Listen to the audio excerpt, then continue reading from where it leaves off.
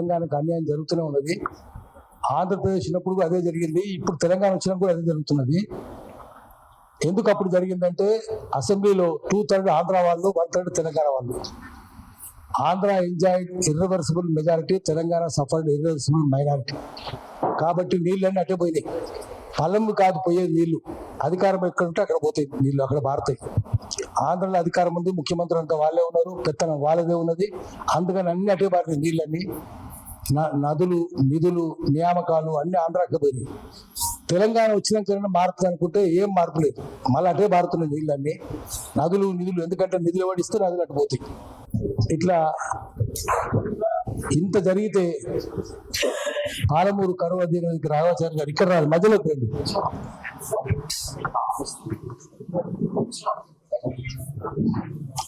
ఇప్పటికీ 2 నదులున్న మహబూబ్నగర్ జిల్లా, అనేక వాగులున్న మహబూబ్నగర్ జిల్లా ఇంకా కరువు పీడిత ప్రాంతంగానే ఉన్నది. తెలంగాణ అంతా అట్లే ఉన్నది. ఆఖరికి గోదావరి మీద తెలంగాణ అంతా అయిపోయినాక చివరిలో పోలవరం కడతారు, మొత్తం మునుగుతుంది పోలవరం కింద. తెలంగాణ మునుగుతుంది, 2.5 లక్షల మంది కోయిలకొండ నిర్వాసితులు అవుతారు. ఆఖరికి బీజేపీ కట్టే కేంద్ర ప్రభుత్వంలో దాని కింద ఆంజనేయ స్వామి గుడి మునిగింది, నవగ్రహాల ఆలయం మునిగింది, కళ్యాణకట్ట మునిగింది, పర్ణశాల మునిగింది, సీతమ్మ వారి చీర ప్రాంతం మునిగింది. ఆఖరికి రాముడు కూడా మునిగిపోయేటట్టున్నాడు. అయినా సరే నీళ్ళు ఆంధ్రాకి బారాలి, చంద్రబాబు నాయుడు సంతోష పెట్టాలి, వెంకయ్యనాయుడు సంతోష పెట్టాలి, ఆంధ్రకే బారాలంటే గుడిని కూడా ముంచేస్తారు, కోయిలకొండ నిర్వాసనం చేస్తారు. మరి ఇట్లా జరుగుతుంటే దీని మీద గట్టిగా చర్చ పెట్టాలి, పౌర సమాజం స్పందించాలి. రాజకీయ నాయకులు స్పందన ఉండదు, డబ్బులు ఎట్టిస్తే అటు పోతారు. జిదర్ హరి ఉదర్ చెరి, ఎక్కడ పచ్చకుంటే అక్కడ పోయి పశువులు మేస్తాయి. వాళ్ళు కూడా అంతే, అధికారం పెట్టుకుంటే అటు పోతారు.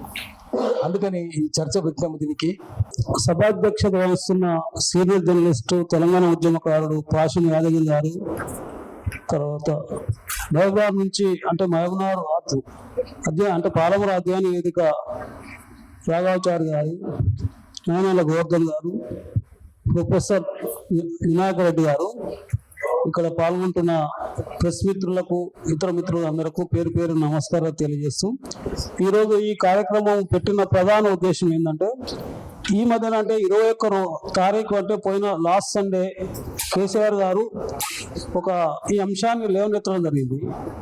అంటే పాలమూరు రంగారెడ్డి నిర్లక్ష్యం చేస్తున్నాను, లేకుంటే ఈ ప్రభుత్వం ఒక 45 టీఎంసీలకు ఒప్పుకున్నది కాబట్టి తెలంగాణకు సాగునీటి రంగంలో చాలా అన్యాయం జరగబోతుంది అనేది ఒక అంశం లేవనెత్తడం జరిగింది.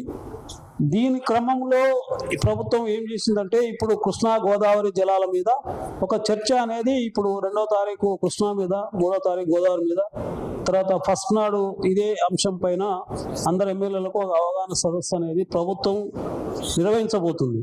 అంటే దాని ముందు ఒక పౌర సమాజంగా గోదావరి జలాలు, కృష్ణా జలాలు, తెలంగాణ అంటే తెలంగాణ రాకముందు మనం నీళ్లు, నిధులు, నియామకాలు అనేది 3 ట్యాగ్ లైన్లతో మనం తెలంగాణ అనేక అమరవీరుల త్యాగాలతో తెలంగాణ తెచ్చుకున్న సంగతి మనం తెలుసుకున్న విషయం ఏంటంటే, నీళ్లు అంటే జల వివక్షతలో, సమైక్య పాలనలో జల వివక్షత కొనసాగుతుంది. తెలంగాణకు రావాల్సిన కృష్ణా జలాలు రావాల్సిన వాటా వాళ్ళు సమైక్య పాలకులు మనకు వాటా చేకూర్చడం లేదు కృష్ణా జలాలు. దాని పర్యవసానంగా మహబూబ్నగర్ జిల్లా వలస ప్రాంతంగానే కొనసాగుతుంది. అది పాలమూరు జిల్లా ఒక 16 లక్షల వలస జీవులు అక్కడ కొనసాగుతుంది. తర్వాత నల్గొండ జిల్లాలో ఫ్లోరైడ్ ప్రాంతంగానే కొనసాగుతుంది. రంగారెడ్డి జిల్లాలో కరువు ప్రాంతంగానే. ప్రధానంగా ఈ అంశాలు, ఈ కృష్ణా జలాల వాటా మనం తెలంగాణ పొందలేకపోవడం వల్ల జరుగుతుందనేది మనం తెలంగాణ తెలుసుకున్నాం. జల వివక్షత నివారించుకోవాలనుకున్నాం తెలంగాణ తీసుకొచ్చి. 10 ఏళ్ల తెలంగాణలో జల వివక్షత అనేది మనం నివారించుకున్నామా అనేది ఈ సందర్భంగా ఆలోచించుకోవాలి. 10 ఏళ్ళు ప్లస్ 2 ఏళ్ళు, ఈ ప్రభుత్వం 2 ఏళ్ళు.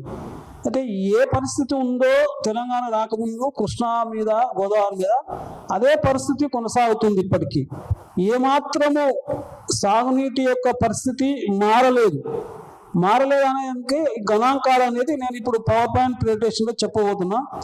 ఇది దయనీయమైన పరిస్థితి. ఎందుకంటే తెలంగాణ ఏ లక్ష్యంతో మనం తెలంగాణ తెచ్చుకున్నామో ఆ లక్ష్యం నెరవేర్చుకోలేదు. 12 ఏళ్ల తెలంగాణలో కూడా ఇప్పటికి కూడా మనకు న్యాయంగా రావాల్సిన గోదావరి జలాల్లో, కృష్ణా జలాల్లో వాటా పొందడంలో విఫలం జరుగుతుంది. ఈ విఫలం జరగడానికి కారణాలు ఏంటి? ఈ ప్రభుత్వ పాలకులు 12 ఏళ్ళ తెలంగాణలో 10 ఏళ్ళ కేసీఆర్, ఈ 2 ఏళ్ళ ఈ ప్రభుత్వం ఏ విధంగా అంటే జలవనరులను మనం వినియోగించుకోవడంలో మనకు రావాల్సిన గోదావరి జలాలు, కృష్ణా జలాలు వాటా ఎందుకు వినియోగించుకోలేకపోతున్నాం, దానికి కారణాలు ఏంటి, అసలు అసమర్థత ఏం జరుగుతుంది, తెలంగాణ ప్రజలు అసలు దీనివల్ల సాగునీటి పొందకపోవడం వల్ల ఇక్కడ కరువు అంటే ప్రజల యొక్క జీవన విధానం కూడా మనం మార్పు లేకుండా జరుగుతుంది. ఎందుకంటే అగ్రికల్చర్ అనేది, వ్యవసాయం అనేది చాలా ప్రధానమైన వృత్తి ప్రజలకు. వ్యవసాయంగా అంటే సాగునీరు అందించినట్టే వ్యవసాయం అభివృద్ధి చెందుతుంది. వ్యవసాయం అభివృద్ధి చెందితే అన్ని రకాల ప్రజలు బాగుపడతారు అనేది మనకు సివిలైజేషన్. నది సివిలైజేషన్ ఏదైనా కూడా అభివృద్ధి చెందిన తర్వాతనే ప్రాంతాలు అభివృద్ధి చేసిన చరిత్ర ఉంది. ఇప్పుడు సరార్కర్ కాటన్ బ్యారేజ్ నిర్మాణం చేసిన తర్వాత ఈస్ట్ వెస్ట్ గోదావరి జిల్లాలు అక్కడ ఎంతో అభివృద్ధి చెందడం జరిగింది. తర్వాత కృష్ణా మీద బ్యారేజ్ ప్రకాశం బ్యారేజ్ అయినా కూడా కృష్ణా డెల్టా వచ్చినాక, అక్కడ గోదావరి డెల్టా వచ్చినాక వ్యవసాయంగా అభివృద్ధి చెందిన తర్వాతనే ఆ ప్రాంతం మనకంటే 100 సంవత్సరాల మొదలు అభివృద్ధి చెందడం జరిగింది. ఇక్కడ మనం నైజాం పాలన ఉన్న తర్వాత ఉన్నాము. నైజాం కూడా ఏం చేసిందో అక్కడ యొక్క సరార్కర్ కాటన్ గోదావరి బ్యారేజ్ మీద ఆంధ్రాలో జరుగుతున్న ఇరిగేషన్, ఎందుకంటే వాళ్ళకు 3 డెల్టాలు ఉన్నాయి. నెల్లూరు డెల్టా ఉంది, కృష్ణా డెల్టా ఉంది, గోదావరి డెల్టా ఉంది. 3 డెల్టాలో దాదాపు ఒక 25 లక్షల ఎకరాల సేద్యం నికరంగా సేద్యమవుతుంది. కృష్ణా డెల్టా కింద 13 లక్షల ఎకరాలు సేద్యమవుతుంది. గోదావరి డెల్టా కింద 10 లక్షల ఎకరాలు సేద్యమవుతుంది. పెన్నా డెల్టా కింద 2.5 లక్షలు సేద్యమవుతుంది. ఆ సౌకర్యం మనకు అంటే గ్రావిటీ ఇరిగేషన్ ఏ లిఫ్ట్ లేకుండా వాళ్ళు సాగు పొందగలుగుతుండ్రు. అయితే ఇక్కడ పరిస్థితి ఏముందంటే తెలంగాణ పరిస్థితి ఒకనాడు చూస్తే 1956 నాడు ఓన్లీ 9% ఇరిగేషన్ మన తెలంగాణ. అక్కడ అప్పటికే వాళ్ళు 30% ఇరిగేషన్ లో ఉన్నారు. 1956 వరకు చూసుకున్నాం. ఇక్కడ తెలంగాణ పరిస్థితి 9% ఇరిగేషన్ ఉండే, వాళ్ళు అప్పటికే 30% ఈ క్రమంగా ఇప్పటికి మనం చూసుకుంటూ వస్తే సరే అప్పటి నుంచి 1956 ఇప్పటికి ఈ రోజు గణాంకాలు చూసినా మనం 27% నుంచి ఒక 40-50% వరకు చేరుకుంటే వాళ్ళు 80% ఇరిగేషన్ ఫెసిలిటీలో ఉన్నారు.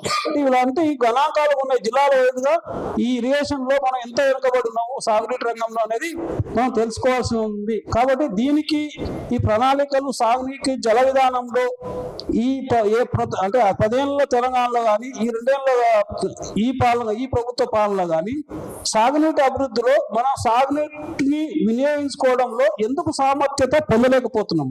తెలంగాణ రాకముందున్న గణాంకాలు, తెలంగాణ వచ్చిన 12 ఏళ్ళలో అవే గణాంకాలు కొనసాగుతున్నాయి.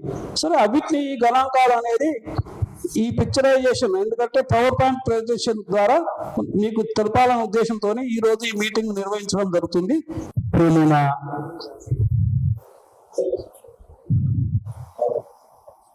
ఈ పవర్ పాయింట్ ప్రెజెంటేషన్ నిర్వహిస్తున్నటువంటి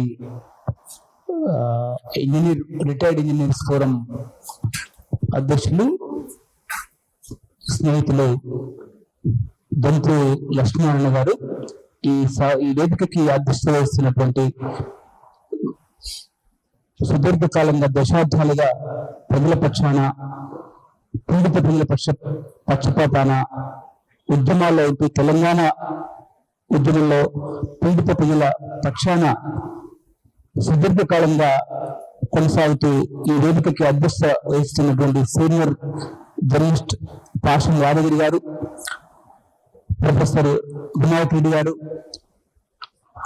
సుదీర్ఘకాలంగా దశాబ్దాలుగా పాలమూరులో జిల్లాకి దుర్మార్గమైనటువంటి అన్యాయం పైన, ముఖ్యంగా జల వివక్షత పైన గత దశాబ్దాలుగా సమరం సాగిస్తున్నటువంటి స్నేహితులు మిత్రులు రాఘవాచారి గారు, స్నేహితులందరూ కూడా వందనాలు.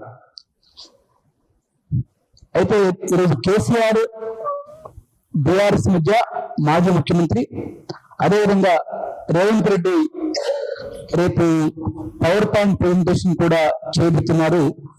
కాంగ్రెస్ బీఆర్ఎస్ మధ్య ఒక పెక్యులర్, ఒక విశేషమైన, అంటే ఇది రాష్ట్ర ప్రజల మొత్తం ప్రయోజనాలతో కానీ లేకపోతే తెలంగాణ రాష్ట్రం యొక్క సుస్థిర జల విధానానికి సంబంధించినటువంటి ఏ విషయాలు లేకుండా తెలంగాణ ప్రత్యేక రాష్ట్రం సాధించుకున్న తర్వాత గత 10 ఏళ్లలో నీళ్లు, నిధులు, ఉద్యోగాలు అన్నీ కూడా కేసీఆర్ నీటి దోపిడీలో నీళ్ల పేరిట ఒక దుర్మార్గమైనటువంటి అంతులేని దోపిడీలో గత 10 ఏళ్ల పరిపాలన ఎలా అయితే కొనసాగిందో, ఈరోజు వీరిద్దరి మధ్య చర్చించినటువంటి క్రమంలో తెలంగాణ ఒక సుస్థిరమైనటువంటి నీటిపారుదల విధానానికి అవకాశం లేదు. రాష్ట్రంలో ఉన్నటువంటి మొత్తం సమస్యల యొక్క పరిష్కారానికి సంబంధించినటువంటి విషయాలకు సంబంధించిన ఒక సమగ్ర పరిష్కారం కూడా లేదు, ఒక విధానము లేదు. అసమానత్వానికి గురవుతున్నటువంటి జిల్లాలకు సంబంధించినటువంటి ప్రత్యేకమైనటువంటి ప్రస్తావన గత 78 సంవత్సరాల్లో జరిగినటువంటి ఒక దుర్మార్గమైనటువంటి వివక్ష, ఉమ్మడి ఆంధ్రప్రదేశ్ లో జరిగినటువంటి తీరని వివక్ష గత 10 ఏళ్లలో లేదు. కేసీఆర్ పరిపాలనలో ఈ 2 ఏళ్లలో రేపటి చర్చలో కూడా ఉంటుందని చెప్పేసి ఈ 2 ఏళ్ల రేవంత్ రెడ్డి పరిపాలనని, లేకపోతే తెలంగాణ సాగునీటి శాఖ విధానాన్ని చూస్తే చాలా స్పష్టంగా కొట్టొచ్చినట్టు కనబడుతూ ఉంది. తెలంగాణ ప్రత్యేక రాష్ట్రంలో కేసీఆర్ అడ్డుపోలేనటువంటి దోపిడీని, ఉద్యోగాలు లేవు, నీళ్లు లేవు, లేక మిగతా నిధులన్నీ కూడా నీటి దోపిడీలో కాంట్రాక్టర్లకి, వీళ్ళ ప్రభుత్వం అంతులేనంత దోపిడీకి, ఎన్నికల్లో మరింత డబ్బుకు, మరింత అధికారానికి భారీ ఎత్తున జస్టిస్ చంద్రకుమార్ గారు, హైకోర్టు మాజీ ఉమ్మడి ఆంధ్రప్రదేశ్ న్యాయమూర్తి గారిని వేదికపైకి రావాల్సింది కోరుతున్నాం. ప్లీజ్. ఇప్పుడే షార్ట్ ఏం కాదు. అయితే ఈ విధంగా మొత్తం మీద చూస్తే తెలంగాణ ఎందుకు సాధించుకున్నాం మనం? సుదీర్ఘ ఒక 60 ఏళ్ల పోరాటం ద్వారా, అనేక బలిదానాల ద్వారా అసమానతల్ని తగ్గించుకోవాలి. జిల్లాల మధ్య జరుగుతున్నటువంటి కొన్ని ప్రత్యేక ఉమ్మడి ఆంధ్రప్రదేశ్ దోపిడీలో తెలంగాణకు జరుగుతున్నటువంటి అన్యాయాల నుంచి, ఈ అసమానత్వాల నుంచి, వివిధ జిల్లాల మధ్య జరుగుతున్నటువంటి అసమానత్వాన్ని, అనేక రకాల అసమానతలు నిర్మాణించడం కొరకు. కానీ ప్రత్యేక రాష్ట్రం వచ్చిన తర్వాత చంద్రశేఖరరావు పరిపాలనలో కానీ, ఈరోజు రేవంత్ రెడ్డి పరిపాలనలో కానీ మరింత అసమానతలు పెరిగాయి. ఈరోజు చివరికి ఈ ప్రభుత్వం కొనసాగుతున్నటువంటి కాలంలో కూడా ఎంత అసమానతలు పెరుగుతున్నాయంటే, ఆర్థిక ఆధిపత్యవాదుల ఆధిపత్యం సమస్త తెలంగాణ పైన ఉమ్మడి సమైక్యాంధ్ర బడా పెట్టుబడిదారులు ఏ విధంగానైతే దశాబ్దాల పాటు కొనసాగిందో, ఈరోజు కూడా అదే కొనసాగుతుంది. పాలమూరు రంగారెడ్డి దుర్మార్గమైనటువంటి అన్యాయానికి గురవుతుంది. ఒక పక్క ఉమ్మడి ఆదిలాబాద్ జిల్లా దుర్మార్గమైనటువంటి అన్యాయానికి గురవుతుంది. ఈ విధంగా పాలమూరు రంగారెడ్డి ప్రాంతానికి భారీ ఎత్తిపోతలు పథకం ప్రారంభించి, ఆ ఎత్తిపోతల పథకానికి జూరాల నుంచి నీటి సోర్స్ ఉంటే 10 ఏళ్ల కాలంలో జూరాల నీటి సోర్స్ ని అవకాశాలను ఎత్తేసేసి సుదూరంలో ఉండేటటువంటి భయంకరమైనటువంటి, వివాదాస్పదమైనటువంటి, అప్పటికే దుర్మార్గమైనటువంటి అంతులేని దోపిడీ రాయలసీమ వైపు కొనసాగుతున్న క్రమంలో అటు శ్రీశైలం బ్యాక్ వాటర్ నుంచి కానీ, లేదా ఇటు పోతిరెడ్డిపాడు నుంచి కానీ అంతులేని దోపిడీ గత కేసీఆర్ పరిపాలన కంటే ముందు, ఉమ్మడి ఆంధ్రప్రదేశ్ కంటే ముందు కేసీఆర్ వచ్చిన తర్వాత అంతులేని దోపిడీ కొనసాగుతున్నటువంటి శ్రీశైలంలో తీసుకెళ్లి పాలమూరు రంగారెడ్డి నీటి సోర్స్ ని అక్కడ పెట్టారు. పాలమూరు రంగారెడ్డి నుంచి సంవత్సరం కాదు, చాలా మంది పెద్దలు ఉన్నారు ఇక్కడ, ఎక్కువసేపు కాకుండా సుమారు 30 మోటార్లు పెట్టారు. చిట్ట చివరిలో పెట్టేసి శ్రీశైలం నుంచి అనేక చోట్లకి 30 మోటార్లు పెట్టారు. మొత్తం 54,000 కోట్లతో పథకాన్ని ప్రారంభిస్తే 24 నుంచి 27,000 కోట్ల వరకు దానికి ఖర్చు పెట్టి, ఏ మెయిన్ కెనాల్స్ పూర్తి కాకుండా, ఏ పిల్ల కాలువలు పూర్తి కాకుండా, రెండవ దశ పరిపాలన ముగుస్తున్నటువంటి సమయంలో నవంబర్ మాసంలో ఆ పాలమూరు రంగారెడ్డి నవంబర్ మాసంలో దాని చిట్ట చివరి 30వ మోటార్ ప్రారంభానికి ఆయన పూనుకున్నారు. 30వ మోటార్ ప్రారంభానికి పూనుకొని నేను మొత్తం దక్షిణ తెలంగాణలో ఉన్నటువంటి 12.5 లక్షల ఎకరాలకు నేను నీళ్లు ఇస్తున్నా అని చెప్పేసి తెలంగాణ మొత్తం, ముఖ్యంగా హైదరాబాద్, ముఖ్యంగా పాలమూరు రంగారెడ్డి జిల్లాలో ఒక భయంకరమైనటువంటి హాలీవుడ్ లెవెల్ ప్రచారాన్ని ఆయన నిర్వహించారు.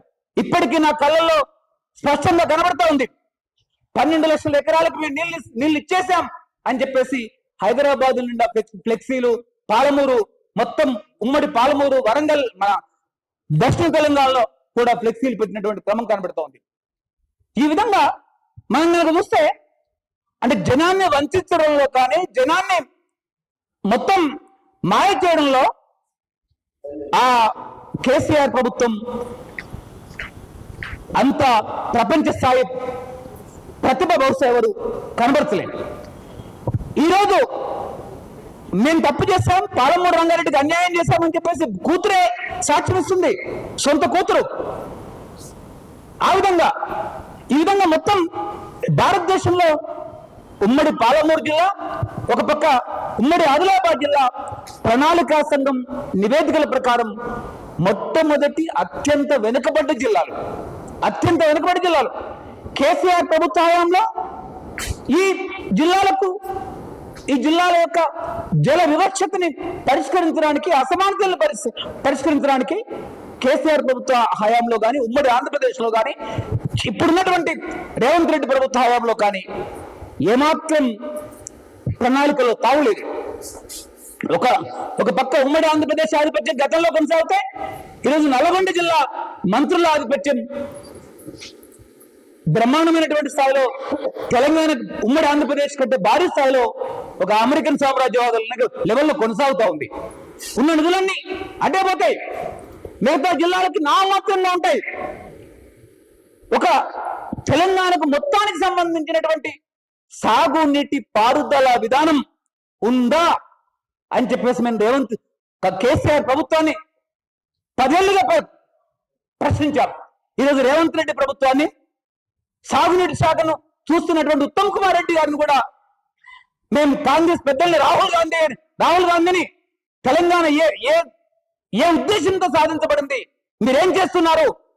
2 రాష్ట్రాలు, ముఖ్యమైన రాష్ట్రాలు, హిమాచల్ ప్రదేశ్ పక్కన పెడితే కర్ణాటక, తెలంగాణ, మీరేం చేస్తున్నారు అని చెప్పేసి కేసీ వేణుగోపాల్ని, రాహుల్ గాంధీని కూడా ప్రశ్నించాల్సిన రోజు వస్తున్నది.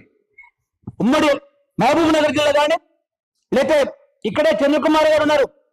చంద్రకుమార్ గారు ఆదిలాబాద్ జిల్లా వాస్తవ్యులు, డిస్ట్రిక్ట్ హెడ్ క్వార్టర్ లో ఉంటారు.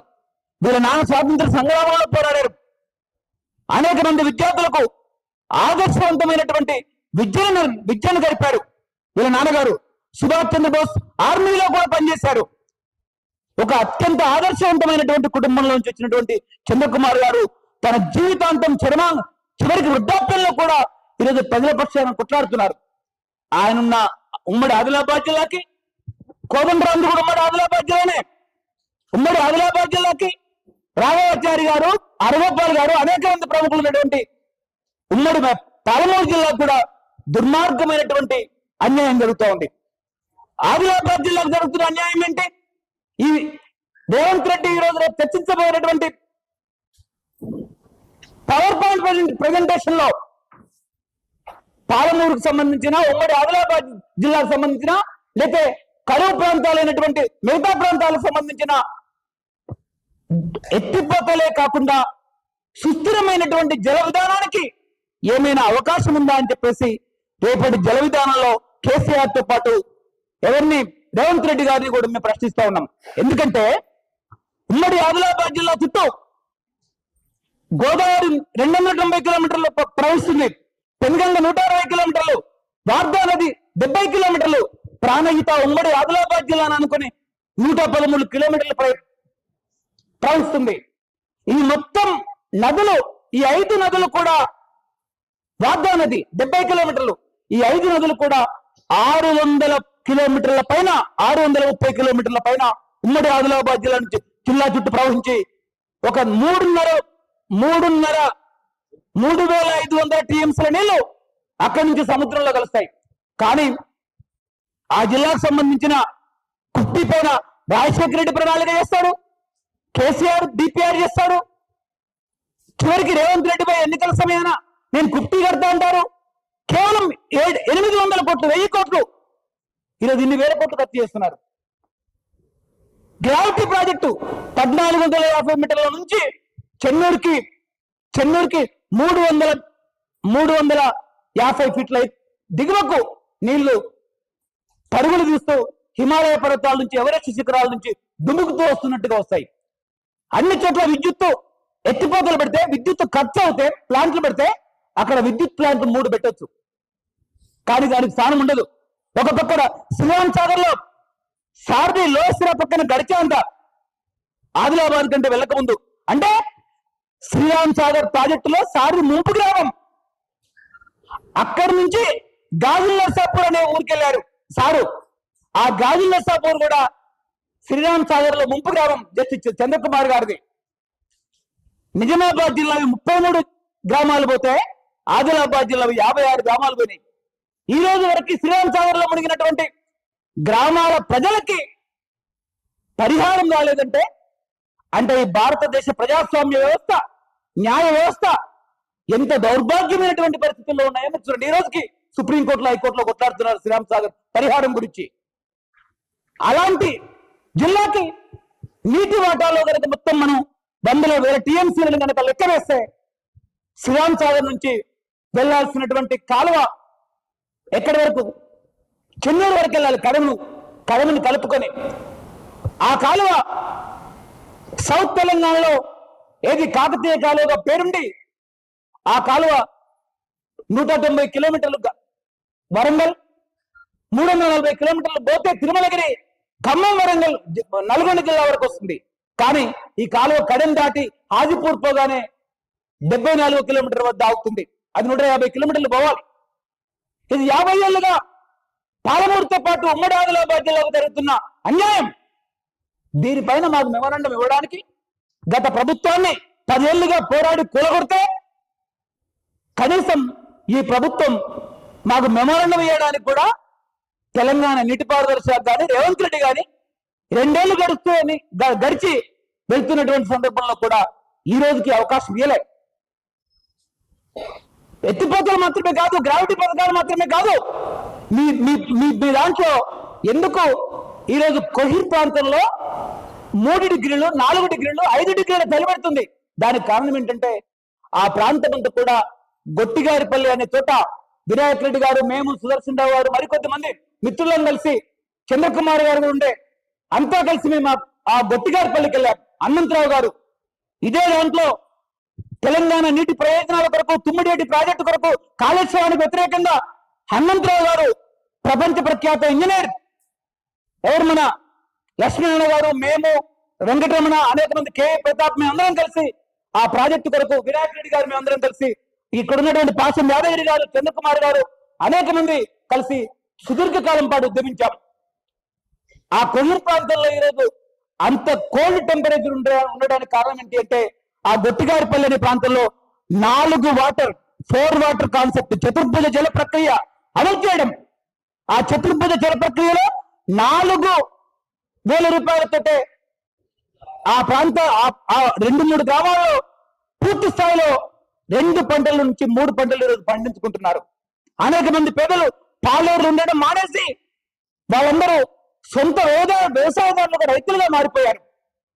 ఈ విధంగా అలాంటి 4 వాటర్ కాన్సెప్ట్ ఏదైతే ఉందో, రెయిన్ వాటర్, ఉపరితల నీరు, భూగర్భ నీరు, భూమిలో తేమ, ఈ 4 పద్ధతుల ద్వారా ఎక్కడైనా కూడా నీరు వచ్చు. అలాంటి పద్ధతే తారెడారిలో సుమారు 21,000 గ్రామాల్లో ఈరోజు రాజస్థాన్ లో నీరు అందిస్తుంది. 2 పంటలకి చచ్చిపోయిన బోర్లన్నీ కూడా మళ్ళీ తిరిగి పోస్తున్నాయి.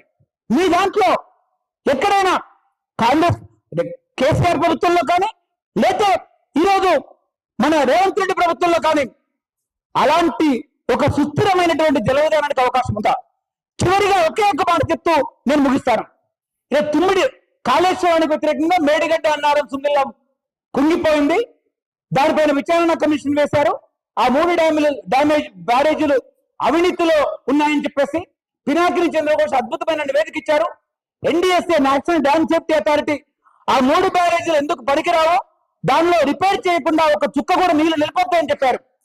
పినాకిని చంద్రఘోష్ కేసీఆర్ ని, హరీష్ రావుని, ఈటల రాజేందర్ని ప్రాసిక్యూట్ చేయాలి, డబ్బులు కక్కించాలి, జైల్లో పెట్టాలి, 30 మంది ఇంజనీర్లని, IAS అధికారులను జైల్లో పెట్టాలని చెప్పేసి వాళ్ళ పేర్లు కూడా 660 పేజీల నివేదికలో సుప్రీంకోర్టు మాజీ న్యాయమూర్తి ఎవరు మన రేవంత్ రెడ్డికి చెల్లారు.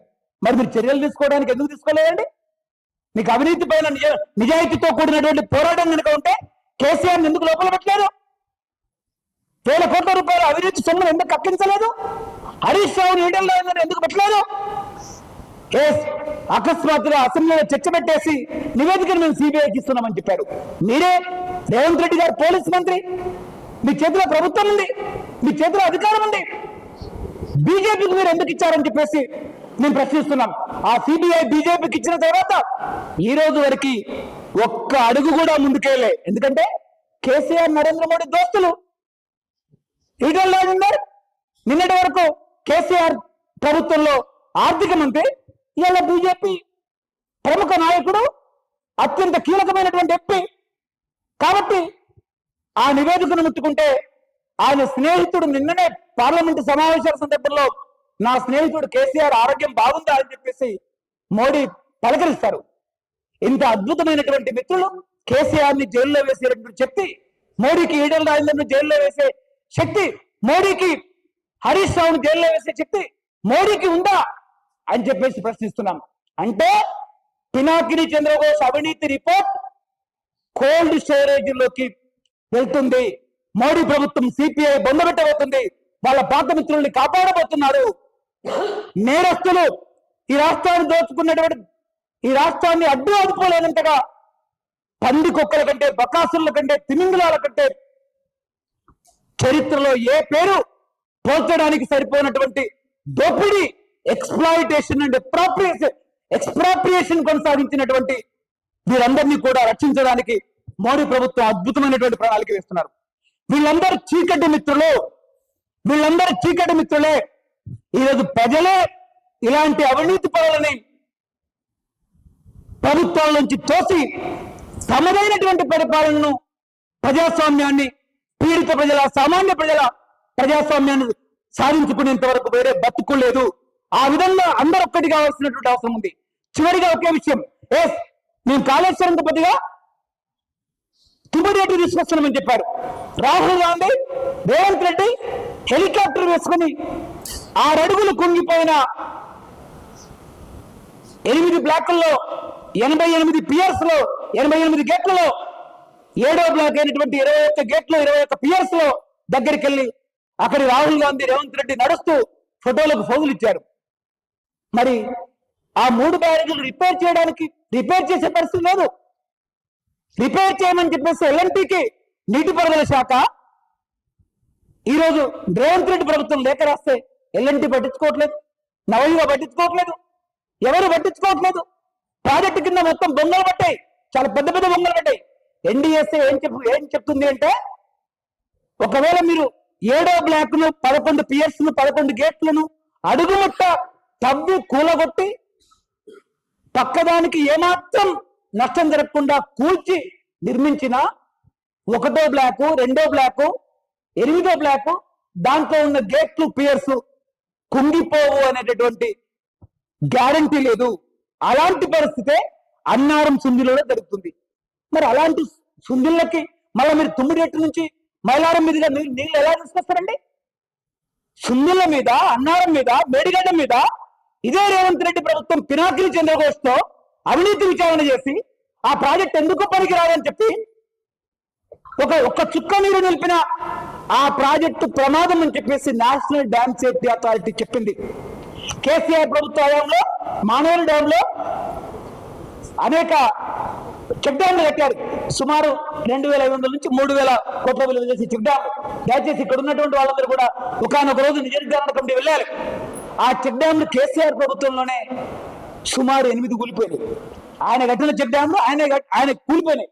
మన ఇటీవల కాంగ్రెస్ ప్రభుత్వం వచ్చిన తర్వాత అడవి సోమనిపల్లి అనే ఊళ్ళో 16 కోట్ల చెక్ డ్యామ్ కూలిపోయింది. ఎందుకు కూలిపోతున్నాయి ఇవన్నీ?